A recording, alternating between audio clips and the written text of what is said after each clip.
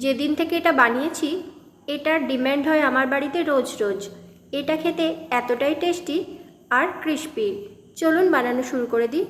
প্রথমেই আমি কিছু আলু নিয়ে নিচ্ছি একটু লম্বা আকারের, সেগুলোকে একটু মোটা মোটা করে কেটে নেব, খোসা সমেতই। খোসা বাদ দেওয়ার কোনো প্রয়োজন নেই। যেরকম থিকনেস রেখে কাটছি আলুটাকে, ঠিক এরকমভাবেই থিকনেসটা রাখতে হবে। একটা আলুকে আমি 8 টুকরো করে নিয়েছি। এখন এই আলুগুলোকে কিছুটা পরিষ্কার ঠান্ডা জলের মধ্যে কয়েকবার ওয়াশ আউট করে নেব, যতক্ষণ না জলটা একদম ক্লিয়ার আসছে। তারপর এটাকে জলের মধ্যে আমি ভিজিয়ে রেখে দেবো 5 মিনিটের জন্য। অন্যদিকে একটা পাত্রে আমি কিছুটা গরম জল বসিয়ে দিয়েছি। জলটা ফুটে উঠলেই ওর মধ্যে আমি আলুগুলোকে ট্রান্সফার করে দেব। ওর মধ্যে দিয়ে দেব আমি 2 চামচ নুন। আলুটাকে সিদ্ধ করে নিতে হবে 60 to 70%। ওভারকুক একদম করা যাবে না। আলুটা যতক্ষণ সিদ্ধ হচ্ছে তার মাঝখানে বাকি কাজগুলোও সেরে নিই। এবার একটা আমরা ব্যাটার বানিয়ে নেব। তার জন্য একটা বোল নিয়েছি। বোলের মধ্যে আমি দিয়ে দিচ্ছি 2 টেবিল চামচ ময়দা। ওর মধ্যে দেব কিছুটা অরিগ্যানো। এখন ওর মধ্যে দিয়ে দেব 2 টেবিল চামচের মতো কর্নফ্লাওয়ার। কর্নফ্লাওয়ারটা অবশ্যই দেবেন ক্রিস্পি ভাবের জন্য। হাফ চামচ বিট নুন আর অল্প পরিমাণ লাল লঙ্কার গুঁড়ো। এখন সব কিছু শুকনো উপকরণকে আমি হালকা হাতে মিক্স করে নিচ্ছি। এবার ওর মধ্যে অল্প অল্প করে জল দিয়ে একটা পাতলা ব্যাটার বানিয়ে নেব।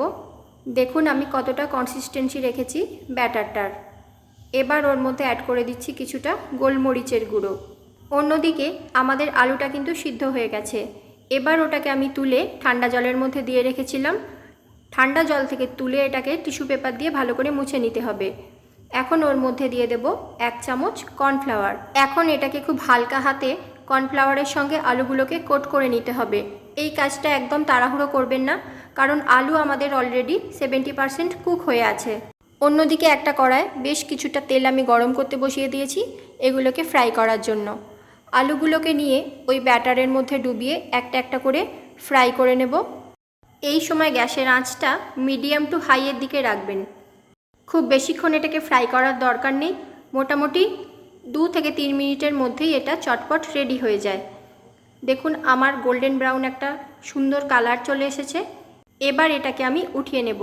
এভাবে আমি সমস্ত ব্যাচগুলোই এক এক করে ভেজে নিচ্ছি। এই ফ্রাইটা খেতে এতই ভালো হয় যে আপনি ফ্রেঞ্চ ফ্রাইয়ের কথা ভুলেই যাবেন। স্টেপ বাই স্টেপ ফলো করে ইভিনিং স্ন্যাক্সের জন্য তো বটেই, যে কোনো নিরামিষ দিনেও আপনারা এটাকে চটজলদি বানিয়ে নিতে পারবেন। ফ্রাইটাকে সসে ডিপ করুন আর এনজয় করুন। এইরকম সুন্দর সুন্দর রেসিপি পেতে আমার সঙ্গে থাকুন। হাজির হব আরও অনেক ধরনের রেসিপি নিয়ে। ধন্যবাদ।